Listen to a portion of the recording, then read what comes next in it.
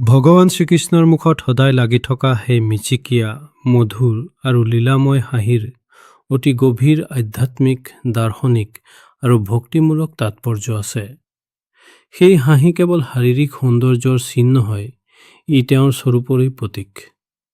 মুখ্য তাৎপৰ্যসমূহ এনেধৰণৰ: ১. লীলাৰ প্ৰতীক। শ্ৰীকৃষ্ণৰ হাঁহিয়ে কয় যে সমগ্ৰ জগত তেওঁৰ লীলা মাথোন।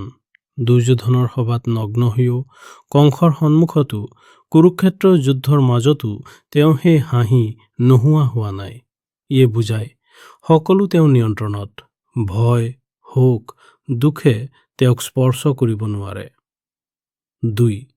অন্তৰৰ জ্ঞান আৰু প্ৰেমৰ সমন্বয়।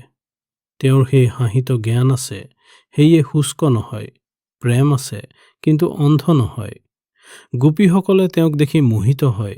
অৰ্জুনে সেই হাঁহিৰ আঁৰত বিশ্বৰূপ দেখে। সেয়া জ্ঞান আৰু ভক্তিৰ অপূৰ্ব মিলন। ৩. মায়াৰ ওপৰত বিজয়। দুনিয়াৰ মানুহে দুখত কান্দে, সুখত হাঁহে। কিন্তু কৃষ্ণই সদায় হাঁহে, কাৰণ তেওঁ জানে সকলো মায়া। এই হাঁহিয়েই গীতাত কোৱা যুগস্থ কুৰুকৰ্মানীৰ জীৱন্ত ৰূপ। ৪. ভক্তক আকৰ্ষণ কৰাৰ অস্ত্ৰ। ৰাধা, গোপী, যশোদা, অৰ্জুন, উদ্ধৱ সকলোৱে এই হাঁহিত বন্দী। জয়দেৱে গীত গোবিন্দত লিখিছে, স্মিতেন্দু বদন, অৰ্থাৎ চন্দ্ৰৰ দৰে হাঁহি থকা মুখ। এই হাঁহিয়ে ভক্তৰ মনত প্ৰেমৰ ৰস ঢালি দিয়ে, ভয় লাজ আঁতৰাই পেলায়। ৫. অপৌৰুষেয়ত্বৰ চিন। সাধাৰণ মানুহৰ হাঁহিৰ কাৰণ থাকে, কিন্তু কৃষ্ণৰ হাঁহিৰ কোনো বাহিৰা কাৰণ নাই।